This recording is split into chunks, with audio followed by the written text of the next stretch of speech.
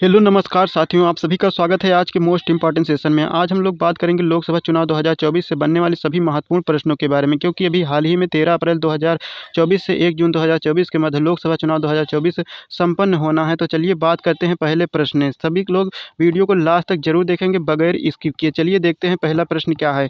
पहला प्रश्न है, लोकसभा चुनाव 2024 कुल कितने चरणों में कराया जाएगा? तो करेक्ट आंसर हो जाएगा ऑप्शन नंबर सी, लोकसभा चुनाव 2024 टोटल 7 चरणों में कराया जाएगा। चलिए नेक्स्ट क्वेश्चन देखते हैं। अगला प्रश्न क्या है, लोकसभा चुनाव 2024 का परिणाम कब जारी किया जाएगा? ऑप्शन ए है 2 जून 2024 को, ऑप्शन बी है 4 जून 2024 को, ऑप्शन सी है 6 जून 2024 को, ऑप्शन डी है इनमें से कोई नहीं। करेक्ट हो जाएगा ऑप्शन नंबर बी, 4 जून 2024 को जो है लोकसभा चुनाव 2024 का परिणाम जारी किया जाएगा। 13 अप्रैल 2024 से 1 जून 2024 तक टोटल 7 चरणों में लोकसभा चुनाव 2024 कराया जाएगा और इसका परिणाम 4 जून 2024 को जारी किया जाएगा। चलिए देखते हैं अगला प्रश्न। नेक्स्ट क्वेश्चन जो कि मोस्ट इम्पॉर्टेंट है, 2024 में कौन सी लोकसभा का चुनाव है?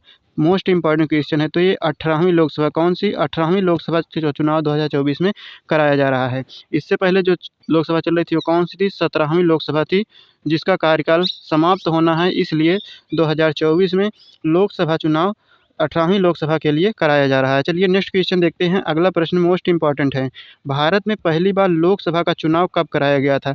लोकसभा चुनाव को आम चुनाव के नाम से भी जाना जाता है। तो भारत में पहली बार लोकसभा चुनाव ये कराया गया था। ऑप्शन नंबर आपका बी सही हो जाएगा। 1951 ईस्वी में। कब कराया गया था? 1951 ईस्वी। ऑप्शन नंबर बी करेक्ट हो जाएगा। चलिए देखते हैं नेक्स्ट क्वेश्चन। अगला प्रश्न है, भारत में लोकसभा चुनाव कितने वर्ष के बाद कराया जाता है? मोस्ट इंपॉर्टेंट क्वेश्चन है, कई बार ये एग्जाम में रिपीट हुआ क्वेश्चन है। तो लोकसभा चुनाव जो है प्रत्येक 5 वर्ष पे कराया जाता है। नेक्स्ट क्वेश्चन देखते हैं। अगला प्रश्न है, वर्तमान में भारत में लोकसभा निर्वाचन क्षेत्रों की संख्या कुल कितनी है? तो वर्तमान में भारत में लोकसभा निर्वाचन क्षेत्रों की कुल संख्या की बात की जाए तो है 543। कितनी है? 543 है। लेकिन अगर पूछा जाए कि अधिकतम कितनी की जा सकती है तो ये की जा सकती है 550, लेकिन वर्तमान में कितनी है? 543 है। चलिए देखते हैं अगले प्रश्न को। नेक्स्ट क्वेश्चन है, कितने लोकसभा सदस्य केंद्र शासित प्रदेशों से चुनकर आते हैं? बात करें अगर भारत में लोकसभा सदस्यों की संख्या कुल कितनी है तो 543 है, जिसमें से 530 जो है ये राज्यों से चुनकर आते हैं और इसमें से जो बचे 13 ये केंद्र शासित प्रदेशों से चुन के आते हैं। तो इसमें करेक्ट आंसर हो जाएगा ऑप्शन नंबर बी, कितना? 13 सदस्य जो हैं ये केंद्र शासित प्रदेशों से चुनकर आते हैं। चलिए नेक्स्ट क्वेश्चन देखते हैं। अगला प्रश्न है, सर्वाधिक लोकसभा सीटों वाला राज्य कौन सा है? तो सर्वाधिक लोकसभा सीटों वाला राज्य आपका ऑप्शन नंबर बी सही हो जाएगा। उत्तर प्रदेश है, जहां पर कुल लोकसभा सीटों की संख्या कितनी है? 80। तो सर्वाधिक लोकसभा सीटों वाला राज्य कौन सा है? उत्तर प्रदेश है, जहाँ पर कुल 80 लोकसभा की सीटें हैं। अगले क्वेश्चन की ओर बढ़ेंगे। अगला मोस्ट इंपॉर्टेंट क्वेश्चन है, सबसे कम लोकसभा सीटों वाला राज्य कौन सा है? सबसे कम लोकसभा सीटों वाला राज्य कौन सा है? ऑप्शन ए है मिजोरम, ऑप्शन बी है नागालैंड, ऑप्शन सी है सिक्किम, ऑप्शन डी है उपरोक्त सभी। करेक्ट आंसर हो जाएगा ऑप्शन नंबर डी, उपरोक्त सभी। मिजोरम, नागालैंड, सिक्किम ये सबसे कम लोकसभा सीटों वाले राज्य हैं। यहाँ पर लोकसभा सीटों की बात की जाए तो कुल कितनी लोकसभा सीटें हैं? तो एक लोकसभा सीटें हैं इन तीनों राज्यों में, मिजोरम, नागालैंड और सिक्किम में, और सबसे कम लोकसभा सीटों वाले राज्य हैं। चलिए नेक्स्ट क्वेश्चन देखते हैं। अगला प्रश्न है, केंद्र शासित प्रदेश दिल्ली में कुल कितनी लोकसभा सीटें हैं? ये मोस्ट इंपॉर्टेंट क्वेश्चन है। आरपीएफ जो रेलवे प्रोटेक्शन फोर्स होता है, इसमें आरपीएफ कांस्टेबल का जो एग्ज़ाम होता है, इसमें 2018 में एक क्वेश्चन पूछा गया था कि केंद्र शासित प्रदेश जो दिल्ली है, यहाँ पर कुल कितनी लोकसभा की सीटें हैं? तो करेक्ट आंसर हो जाएगा ऑप्शन नंबर सी, 7 लोकसभा की सीटें हैं केंद्र शासित प्रदेश दिल्ली में। चलिए देखते हैं अगले क्वेश्चन की ओर। लोकसभा के प्रथम अध्यक्ष कौन थे? ऑप्शन ए है गणेश वासुदेव मावलंकर, ऑप्शन बी है सुकुमार सेन, ऑप्शन सी है ओम बिरला, ऑप्शन डी है इनमें से कोई नहीं। तो करेक्ट आंसर हो जाएगा ऑप्शन नंबर ए, गणेश वासुदेव मावलंकर। इन्हें शॉर्ट में कहा जाता है GV मावलंकर। तो गणेश वासुदेव मावलंकर जो हैं लोकसभा के प्रथम अध्यक्ष थे। चलिए नेक्स्ट क्वेश्चन देखते हैं। अगला प्रश्न, लोकसभा की प्रथम महिला अध्यक्ष कौन थी? तो करेक्ट आंसर हो जाएगा option number A, Meira Kumar जो हैं ये लोकसभा की प्रथम महिला अध्यक्ष थी। नेक्स्ट क्वेश्चन की ओर बढ़ेंगे। अगला प्रश्न है, लोकसभा के प्रथम उपाध्यक्ष कौन थे? तो लोकसभा के प्रथम उपाध्यक्ष थे, ऑप्शन नंबर आपका बी सही हो जाएगा, M अनंत सैनम अयंगर। M अनंत सैनम अयंगर जो थे ये लोकसभा के प्रथम उपाध्यक्ष थे। चलिए नेक्स्ट क्वेश्चन देखते हैं। अगला प्रश्न है, 17वीं लोकसभा के अध्यक्ष कौन है, जो कि अभी हाल ही में समाप्त होने जा रही है 17वीं लोकसभा, उसके अध्यक्ष कौन है? तो करेक्ट हो जाएगा option number B, Om Birla जो हैं ये 17वीं लोकसभा के अध्यक्ष हैं। नेक्स्ट क्वेश्चन देखते हैं। अगला प्रश्न है, लोकसभा को विशेष परिस्थितियों में कार्यकाल से पहले कौन विघटित कर सकता है? मोस्ट इंपॉर्टेंट क्वेश्चन है। लोकसभा को विशेष परिस्थितियों में काल समाप्त होने से पहले कौन विघटित कर सकता है? तो सभी लोग इसका कमेंट बॉक्स में आंसर लिखें जिनको पता है। तो करेक्ट हो जाएगा ऑप्शन नंबर सी, राष्ट्रपति विघटित कर सकते हैं कार्यकाल से पहले किसी विशेष परिस्थिति में। चलिए नेक्स्ट क्वेश्चन देखते हैं, लोकसभा का पीठासीन अधिकारी कौन होता है? ऑप्शन ए है लोकसभा के अध्यक्ष और उपाध्यक्ष, ऑप्शन बी है भारत का उपराष्ट्रपति, ऑप्शन सी है भारत का प्रधानमंत्री, ऑप्शन डी है लोकसभा के महासचिव। करेक्ट आंसर हो जाएगा ऑप्शन नंबर ए, लोकसभा के अध्यक्ष और उपाध्यक्ष जो होते हैं ये लोकसभा के पीठासीन अधिकारी होते हैं। चलिए नेक्स्ट क्वेश्चन देखते हैं। अगला प्रश्न है, जब लोकसभा अध्यक्ष और उपाध्यक्ष दोनों के पद रिक्त हों अर्थात दोनों के पद खाली हों तो लोकसभा की अध्यक्षता कौन करेगा? तो इसका करेक्ट आंसर हो जाएगा ऑप्शन नंबर बी, राष्ट्रपति द्वारा नियुक्त लोकसभा का जो सदस्य होगा वो अध्यक्षता करेगा। उस स्थिति में जब अध्यक्ष और उपाध्यक्ष दोनों के पद रिक्त होंगे तो लोकसभा की अध्यक्षता जो है राष्ट्रपति द्वारा नियुक्त लोकसभा का सदस्य करता है। चलिए नेक्स्ट क्वेश्चन देखते हैं। अगला प्रश्न है, आमतौर पर लोकसभा में सदन का नेता कौन होता है? तो करेक्ट आंसर हो जाएगा ऑप्शन नंबर डी, प्रधानमंत्री। वैसे तो लोकसभा में सदन के नेता जो होते हैं सरकार के सभी मंत्री होते हैं, लेकिन आमतौर पर बात की जाए तो कौन होता है? तो प्रधानमंत्री होते हैं। ऑप्शन नंबर डी सही हो जाएगा। नेक्स्ट क्वेश्चन है, लोकसभा सदस्य बनने की न्यूनतम आयु कितनी हो जाएगी? तो इसे आप लोग इम्पॉर्टेंट मार्क करके अपने कॉपी में नोट कर लीजिएगा। लोकसभा सदस्य बनने के लिए न्यूनतम आयु कितनी होती है? मोस्ट इंपॉर्टेंट क्वेश्चन है, एग्जाम में बार बार रिपीट होने वाला प्रश्न है। तो करेक्ट आंसर हो जाएगा ऑप्शन नंबर बी, 25 वर्ष। कितनी होनी चाहिए? लोकसभा सदस्य बनने के लिए न्यूनतम आयु होनी चाहिए 25 वर्ष। ये अनुच्छेद किसमें लिखित है?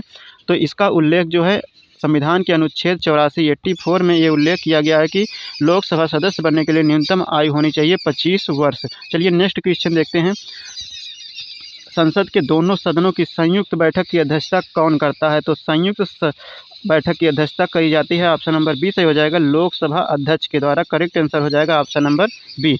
नेक्स्ट क्वेश्चन है, सामान्यतः एक वर्ष में लोकसभा के कितने सत्र आयोजित किए जाते हैं? तो मोस्ट इंपॉर्टेंट क्वेश्चन है, ये क्वेश्चन भी एग्जाम में आया हुआ क्वेश्चन है। तो सामान्यतः एक वर्ष में लोकसभा में जो है कुल 3 सत्र, ऑप्शन नंबर आपका सी सही हो जाएगा, कुल 3 सत्र आयोजित किए जाते हैं, जिसमें से होता है बजट सत्र, मानसून सत्र और शीतकालीन सत्र। कौन कौन से? एक होता है आपका बजट सत्र, दूसरा होता है मानसून सत्र, तीसरा होता है शीतकालीन सत्र। तो ये 3 सत्र जो है एक लोकसभा में आयोजित किए जाते हैं। चलिए नेक्स्ट क्वेश्चन देखते हैं। अगला प्रश्न है, ये कौन निर्धारित करता है कि कोई विधेयक सामान्य विधेयक है या धन विधेयक है? ऑप्शन है राज्यसभा के सभापति, ऑप्शन बी है लोकसभा के अध्यक्ष, ऑप्शन सी है लोकसभा में सदन का नेता, ऑप्शन नंबर डी है इनमें से कोई नहीं। तो करेक्ट आंसर हो जाएगा ऑप्शन नंबर बी, लोकसभा के अध्यक्ष ये निर्धारित करते हैं कि कोई विधेयक सामान्य विधेयक है या धन विधेयक है। चलिए नेक्स्ट क्वेश्चन देखते हैं। अगला प्रश्न है, निम्न में से किसे संसद का निम्न सदन कहा जाता है? ऑप्शन है राज्यसभा, ऑप्शन बी है लोकसभा, ऑप्शन सी है राष्ट्रपति, ऑप्शन नंबर डी है इनमें से कोई नहीं। तो लोकसभा जो होती है, ऑप्शन नंबर बी सही हो जाएगा आपका, लोकसभा को संसद का निम्न सदन कहा जाता है। कौन सा निम्न सदन कहा जाता है? निम्न सदन कहा जाता है लोकसभा को। राज्यसभा को क्या कहा जाता है? तो राज्यसभा को संसद का उच्च सदन, कौन सा? उच्च सदन कहा जाता है। चलिए नेक्स्ट क्वेश्चन देखते हैं। अगला मोस्ट इंपॉर्टेंट क्वेश्चन है, प्रत्येक राज्य के लिए लोकसभा निर्वाचन क्षेत्र की संख्या किस आधार पर निर्धारित की जाती है? ऑप्शन ए है राज्य की जनसंख्या के आधार पर, ऑप्शन बी है राज्य के क्षेत्रफल के आधार पर, ऑप्शन सी है ए एंड बी दोनों के आधार पर, ऑप्शन डी है इनमें से कोई नहीं। तो करेक्ट आंसर हो जाएगा ऑप्शन नंबर आपका ए, राज्य की जनसंख्या के आधार पर निर्धारित की जाती है कि किसी राज्य में लोकसभा के कितने निर्वाचन क्षेत्र होंगे। चलिए नेक्स्ट क्वेश्चन देखते हैं। क्वेश्चन नंबर आपका 25 जो है मोस्ट इंपॉर्टेंट क्वेश्चन है, आदर्श आचार संहिता कब लागू की जाती है? ऑप्शन ए है मतदान के तुरंत बाद, ऑप्शन बी है चुनाव की तारीख की घोषणा के तुरंत बाद, ऑप्शन सी है मतदान के तुरंत बाद, ऑप्शन नंबर डी है इनमें से कोई नहीं। तो करेक्ट हो जाएगा ऑप्शन नंबर बी, चुनाव की तारीख की घोषणा के तुरंत बाद जो है आचार संहिता लागू हो जाती है। ऑप्शन नंबर आपका बी सही हो जाएगा। चलिए नेक्स्ट क्वेश्चन देखते हैं। अगला प्रश्न है, भारत में सबसे पहले आचार संहिता कब और कहां लागू की गई थी? तो इसका करेक्ट आंसर हो जाएगा ऑप्शन नंबर ए, 1960 में केरल के विधानसभा चुनाव में पहली बार आचार संहिता लागू की गई थी। तो मोस्ट इंपॉर्टेंट क्वेश्चन है, एग्जाम में पूछा गया क्वेश्चन है कि भारत में पहली बार आचार संहिता कब और कहां लागू की गई थी? तो 1960 में केरल के विधानसभा चुनाव में पहली बार आचार संहिता लागू की गई थी। चलिए नेक्स्ट क्वेश्चन देखते हैं। अगला प्रश्न है, पहली बार किस लोकसभा चुनाव में भारत भर में आदर्श आचार संहिता लागू की गई थी? तो उसमें पूछा गया था कि पहली बार आचार संहिता कब लागू की गई थी, तो 1960 में केरल के विधानसभा चुनाव में लागू की गई थी। लेकिन यहाँ पर क्वेश्चन पूछा गया कि लोकसभा चुनाव में भारत भर में आदर्श आचार संहिता कब लागू की गई थी? तो इसका करेक्ट आंसर हो जाएगा ऑप्शन नंबर ए, 1962 के लोकसभा चुनाव में पहली बार भारत भर में आदर्श आचार संहिता लागू की गई थी। नेक्स्ट है, भारतीय संसद का कौन सा सदन जनता द्वारा प्रत्यक्ष रूप से निर्वाचित सदन है? ऑप्शन है राज्यसभा, ऑप्शन बी है लोकसभा, ऑप्शन सी है राष्ट्रपति, ऑप्शन नंबर डी है उपयुक्त सभी। तो करेक्ट आंसर हो जाएगा ऑप्शन नंबर बी, लोकसभा जो होता है ये जनता द्वारा प्रत्यक्ष रूप से निर्वाचित सदन है। चलिए नेक्स्ट क्वेश्चन देखते हैं। अगला प्रश्न है, मूल संविधान में लोकसभा सदस्यों की संख्या कितनी निर्धारित की गई है? तो मूल संविधान अर्थात जब संविधान लागू हुआ था तो उस समय जो है लोकसभा सदस्यों की संख्या कितनी निर्धारित की गई थी? तो इसका करेक्ट आंसर हो जाएगा ऑप्शन नंबर ए, सदस्यों की संख्या निर्धारित की गई थी मूल संविधान में जब हमारा संविधान लागू हुआ था। तो करेक्ट आंसर है ऑप्शन नंबर ए। लेकिन वर्तमान में पूछा जाए कि वर्तमान में लोकसभा सदस्यों की संख्या कितनी है भारत भर में, तो 543 है। चलिए नेक्स्ट क्वेश्चन देखते हैं। अगला मोस्ट इंपॉर्टेंट क्वेश्चन है, नारी वंदन अधिनियम 2023 के अनुसार लोकसभा में महिलाओं के लिए कितने प्रतिशत आरक्षण का प्रावधान किया गया है? मोस्ट इंपॉर्टेंट क्वेश्चन है, इसे आप लोग छाप के रख लीजिएगा, ये आने वाले एग्जाम में जरूर पूछा जाएगा। ऑप्शन ए है 25%, ऑप्शन बी है 33%, ऑप्शन सी है 40%, ऑप्शन नंबर डी है इनमें से कोई नहीं। तो करेक्ट आंसर हो जाएगा ऑप्शन नंबर बी, 33% का आरक्षण दिया गया है नारी वंदन अधिनियम 2023 के अनुसार लोकसभा में महिलाओं के लिए।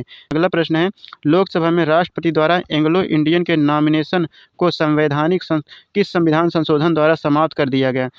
इसका करेक्ट आंसर हो जाएगा ऑप्शन नंबर डी, 104वें संविधान संशोधन अधिनियम 2019 के तहत जो है एंग्लो इंडियन के नॉमिनेशन को खत्म कर दिया गया, समाप्त कर दिया गया। चलिए नेक्स्ट क्वेश्चन देखते हैं। अगला प्रश्न है, वर्तमान में लोकसभा में अनुसूचित जाति के लिए आरक्षित सीटों की संख्या कितनी है? अनुसूचित जाति अर्थात एससी कैटेगरी जो शेड्यूल कास्ट है उनके लिए लोकसभा में कुल कितनी सीटें रिजर्व्ड हैं या कहें आरक्षित हैं? तो करेक्ट हो जाएगा ऑप्शन नंबर सी, कुल 84 सीटें जो हैं एससी के लिए रिजर्व की गई हैं, आरक्षित की गई हैं। चलिए नेक्स्ट क्वेश्चन देखते हैं। लोकसभा में आम बजट कौन प्रस्तुत करता है? ऑप्शन ए है वित्त मंत्री, ऑप्शन बी है गृह मंत्री, ऑप्शन नंबर सी है प्रधानमंत्री, ऑप्शन नंबर डी है इनमें से कोई नहीं।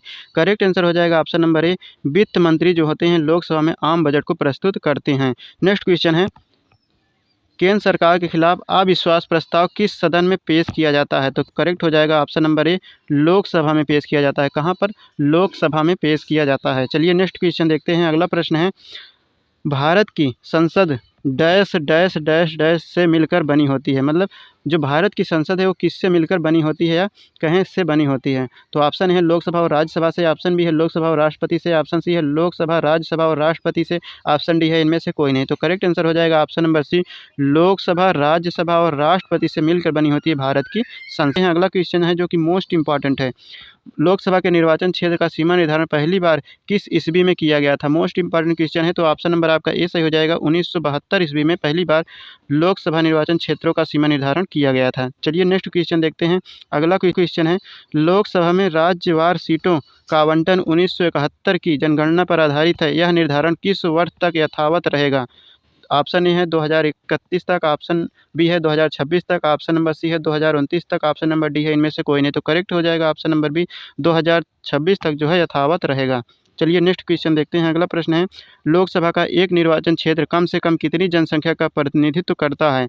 लोकसभा का जो एक निर्वाचन क्षेत्र है वो कम से कम कितनी जनसंख्या का प्रतिनिधित्व करता है? तो इसका करेक्ट आंसर हो जाएगा ऑप्शन नंबर बी, कम से कम वो 7.5 लाख अर्थात 7.5 लाख जो है जनसंख्या का प्रतिनिधित्व करता है। अर्थात जो लोकसभा निर्वाचन क्षेत्र है, एक लोकसभा निर्वाचन क्षेत्र बनने के लिए 7.5 लाख जनसंख्या की न्यूनतम आवश्यकता होती है। चलिए नेक्स्ट क्वेश्चन देखते हैं। अगला प्रश्न है, लोकसभा में अनुसूचित जनजाति के लिए आरक्षित सीटों की संख्या कितनी है? अर्थात जो एसटी कैटेगरी है उसके लिए जो आरक्षित सीटें हैं वो कितनी है? तो इसका करेक्ट आंसर हो जाएगा ऑप्शन नंबर सी, टोटल 47 सीटें जो है एसटी कैटेगरी के लिए आरक्षित की गई हैं। कहाँ पर? लोकसभा में।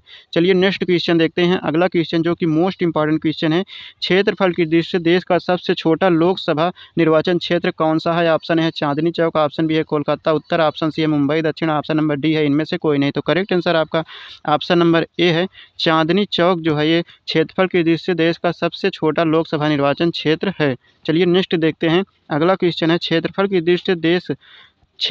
दृष्टि से देश का सबसे बड़ा लोकसभा निर्वाचन क्षेत्र कौन सा है? ऑप्शन है बाड़मेर, ऑप्शन बी है कच्छ, ऑप्शन सी है लद्दाख, ऑप्शन नंबर डी है इनमें से कोई नहीं। तो करेक्ट हो जाएगा ऑप्शन नंबर सी, लद्दाख जो है क्षेत्रफल की दृष्टि से देश का सबसे बड़ा लोकसभा निर्वाचन क्षेत्र है। नेक्स्ट क्वेश्चन है, आपातकाल के दौरान संसद लोकसभा का कार्यकाल एक बार में कितने समय के लिए बढ़ा सकती है? तो आपातकाल के दौरान जो है संसद लोकसभा का कार्यकाल कितने समय के लिए बढ़ा सकती है? तो करेक्ट आंसर हो जाएगा ऑप्शन नंबर सी, 1 साल के लिए जो है बढ़ा सकती है आपातकाल के दौरान। चलिए नेक्स्ट क्वेश्चन देखते हैं। क्वेश्चन नंबर 43, लोकसभा की किसी सदस्य की सदस्यता कितने दिनों तक लगातार उपस्थित न रहने पर समाप्त हो जाती है? मतलब लोकसभा में किसी सदस्य की जो सदस्यता होती है कितनों दिनों तक लगातार अनुपस्थित रहने पर, यहाँ पर उपस्थित लिखा है, यहाँ पर होना चाहिए था अनुपस्थित रहने पर समाप्त हो जाती है। तो इसका करेक्ट आंसर हो जाएगा ऑप्शन नंबर ए। अगर कोई भी लोकसभा का सदस्य 60 दिन तक लोकसभा में अनुपस्थित रहता है अर्थात उपस्थित नहीं रहता है तो उसकी सदस्यता समाप्त हो जाती है अर्थात रद्द कर दी जाती है। चलिए नेक्स्ट क्वेश्चन देखते हैं। अगला प्रश्न है, संसद सदस्यों को प्रति माह वेतन के रूप में कितने रुपए प्राप्त होता है? तो इसका करेक्ट हो जाएगा ऑप्शन नंबर बी, 1 लाख रुपए प्राप्त होता है वेतन के रूप में प्रत्येक संसद सदस्य को 1 महीने में। चलिए नेक्स्ट क्वेश्चन देखते हैं। अगला क्वेश्चन है, लोकसभा सदस्य अपना त्याग पत्र किसे देते हैं? तो इसका करेक्ट आंसर हो जाएगा लोकसभा अध्यक्ष अर्थात स्पीकर के। जो लोकसभा सदस्य हैं अगर वो अपना त्याग पत्र देना चाहें, अगर इस्तीफा देना चाहें तो किसे देंगे? तो लोकसभा अध्यक्ष अर्थात जिसे स्पीकर भी कहा जाता है उन्हें अपना त्याग पत्र देंगे। नेक्स्ट है, लोकसभा के 2 बैठकों के बीच कितने समय से अधिक का अंतराल नहीं होना चाहिए? तो लोकसभा की जो 2 बैठकें होती हैं उनके बीच 6 महीने से अधिक का अंतराल नहीं होना चाहिए। मोस्ट इंपॉर्टेंट क्वेश्चन है। चलिए नेक्स्ट क्वेश्चन देखते हैं। अगला क्वेश्चन है, राष्ट्रपति लोकसभा को कार्यकाल पूरा करने से पहले किसकी सलाह पर भंग कर सकते हैं? जो राष्ट्रपति होते हैं लोकसभा को कार्यकाल पूरा होने से पहले किसकी सलाह पर भंग कर सकते हैं? तो प्रधानमंत्री कहें या मंत्रिपरिषद की सलाह पर इसे भंग कर सकते हैं कार्यकाल समाप्त होने से पहले। नेक्स्ट है, लोकसभा के अध्यक्ष का चुनाव कौन करता है? तो लोकसभा के जो अध्यक्ष होते हैं उनका चुनाव लोकसभा के सदस्यों के द्वारा किया जाता है। किसके द्वारा? लोकसभा सदस्यों के द्वारा लोकसभा अध्यक्ष का चुनाव किया जाता है। नेक्स्ट क्वेश्चन है, लोकसभा में मंत्रिपरिषद के विरुद्ध अविश्वास प्रस्ताव लाने हेतु न्यूनतम सदस्य संख्या कितनी होनी चाहिए? तो इसका आंसर हो जाएगा न्यूनतम 50 सदस्य होने चाहिए। नेक्स्ट क्वेश्चन है, लोकसभा में किसके लिए आरक्षण का प्रावधान नहीं है?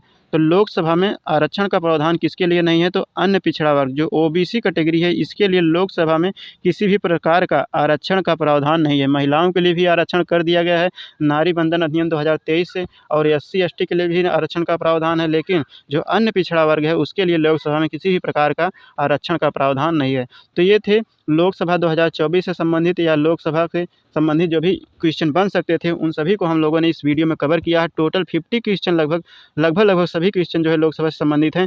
तो आपको ये वीडियो कैसी लगी कमेंट करके ज़रूर बताएं। बाकी आपको हमारा ये प्रयास कैसा लगा अपना फीडबैक देते रहें। आपको ये क्वेश्चन जो लास्ट में पूछा जा रहा है इसका आंसर आपको देना है। तो लास्ट में आपसे ये क्वेश्चन पूछा जा रहा है, आज का प्रश्न है, वर्तमान में भारत के मुख्य चुनाव आयुक्त कौन है? चीफ इलेक्शन कमिश्नर कौन है? जिन लोगों ने पिछली वीडियो हमारी देखी है वर्तमान में कौन क्या, अगर उन लोगों ने ध्यान से देखा है तो उनको पता होगा और वो सही आंसर कर पाएंगे। तो वर्तमान में भारत के मुख्य चुनाव आयुक्त कौन है? ऑप्शन ए है अनूप चंद्र पांडे, ऑप्शन बी है राजीव कुमार, ऑप्शन सी है रोजर बिन्नी, ऑप्शन डी है इनमें से कोई नहीं। तो करेक्ट आंसर जो भी है वो सभी लोग कमेंट बॉक्स में करेक्ट आंसर जरूर लिखेंगे। बाकी हमारा ये प्रयास कैसा लगता है अपना कमेंट बॉक्स में सुझाव जरूर दें। वीडियो पसंद आती है तो चैनल को सब्सक्राइब जरूर करें और लाइक करें और अपने सभी साथियों तक शेयर जरूर करें ताकि हम ऐसे ही इंटरेस्टिंग वीडियो आप तक पहुँचाते रहें। आज के लिए इतना ही। जय हिंद, धन्यवाद।